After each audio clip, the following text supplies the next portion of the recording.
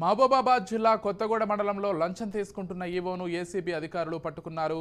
గుంజేడు మూలమ్మ దేవాలయం వద్ద పూజా సామాగ్రి దుకాణం యజమాని నుంచి ఈవో భిక్షమాచారి 20,000 రూపాయలు లంచం తీసుకుంటుండగా ఏసీబీ అధికారులు రెడ్ హ్యాండెడ్గా పట్టుకున్నారు.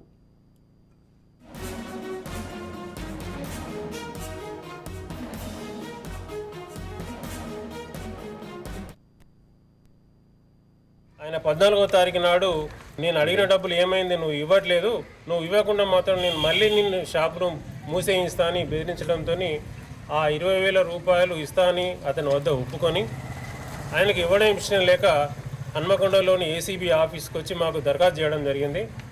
అయితే ఈ దరఖాస్తు మేరకు మేము పరిశీలించి అతని యాంటిసిడెంట్స్, అతని ఈ ఏరియాలో ఎలా ఉంది, ఆయన యాంటిసిడెంట్స్ ఎలా ఉంది, ప్రవర్తన ఎలా ఉంది, మేనేజ్మెంట్ ఎలా ఉందని మేము విచారణ చేసి మా ఏసీపీ పద్ధతి ప్రకారంగా ఆ 20,000 రూపాయలు భిక్షమాచారికి ఇస్తుండగా మేము రెడ్ హ్యాండెడ్గా పట్టుకున్నాము.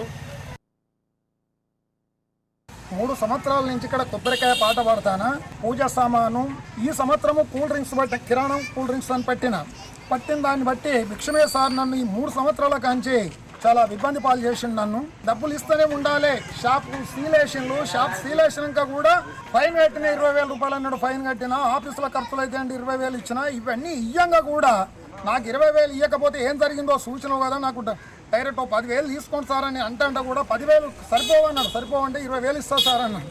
పట్టుకరా పో అన్నాడు.